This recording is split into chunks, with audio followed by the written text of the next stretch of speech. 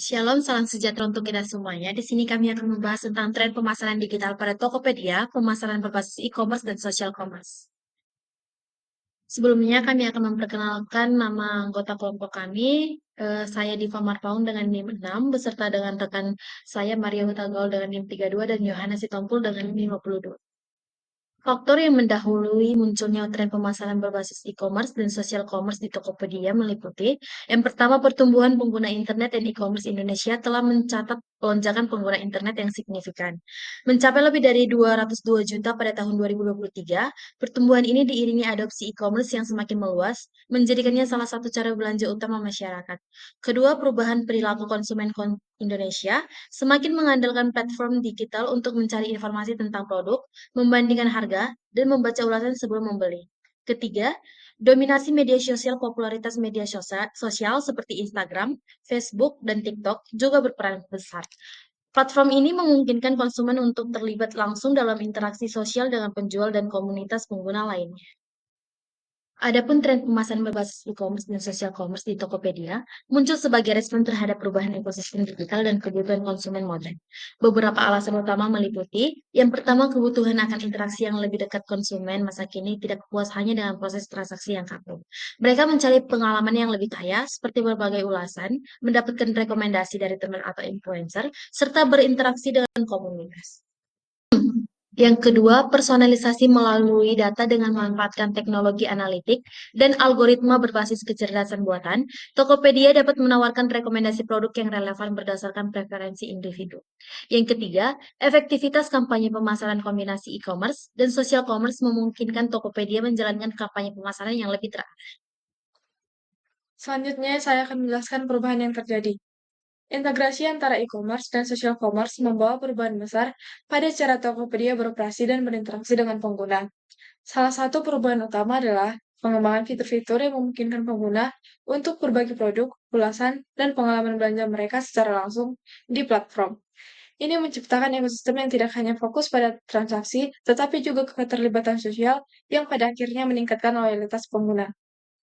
Dampaknya terlihat jelas dalam peningkatan kepercayaan pengguna terhadap produk yang ditawarkan. Riset menunjukkan bahwa interaksi sosial melalui ulasan dan rekomendasi dapat mempengaruhi keputusan pembelian secara signifikan. Selain itu, penggunaan data untuk personalisasi juga memberikan pengalaman belanja yang lebih relevan, meningkatkan tingkat konversi penjualan secara keseluruhan.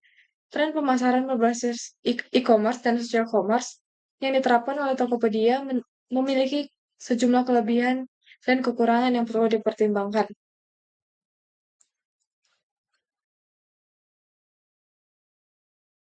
Eh, kelebihan dan kekurangan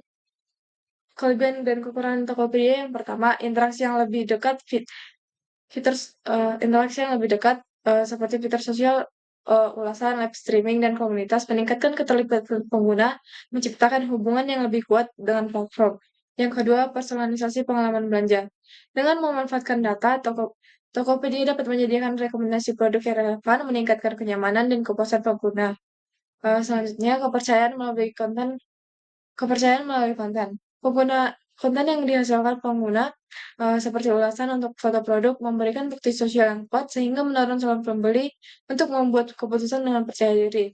Selanjutnya, efisiensi biaya pemasaran. Strategi berbasis data memungkinkan perencanaan kampanye pemasaran yang lebih terarah dan hemat biaya, serta meningkatkan return on investment. Selanjutnya, kekurangan. Yang pertama, ketergantungan pada teknologi. Gangguan teknis atau kegagalan sistem dapat berdampak besar pada pengalaman pengguna dan reputasi platform. Yang kedua, resiko privasi. Resiko privasi data. Penggunaan data pengguna untuk personalisasi dapat menimbulkan kekhawatiran tentang privasi, terutama jika tidak dikelola dengan transparansi. Yang ketiga, kualitas konten yang tidak konsisten. Konten yang dihasilkan pengguna bisa bervariasi kualitasnya, termasuk ulasan negatif yang dapat merusak reputasi platform.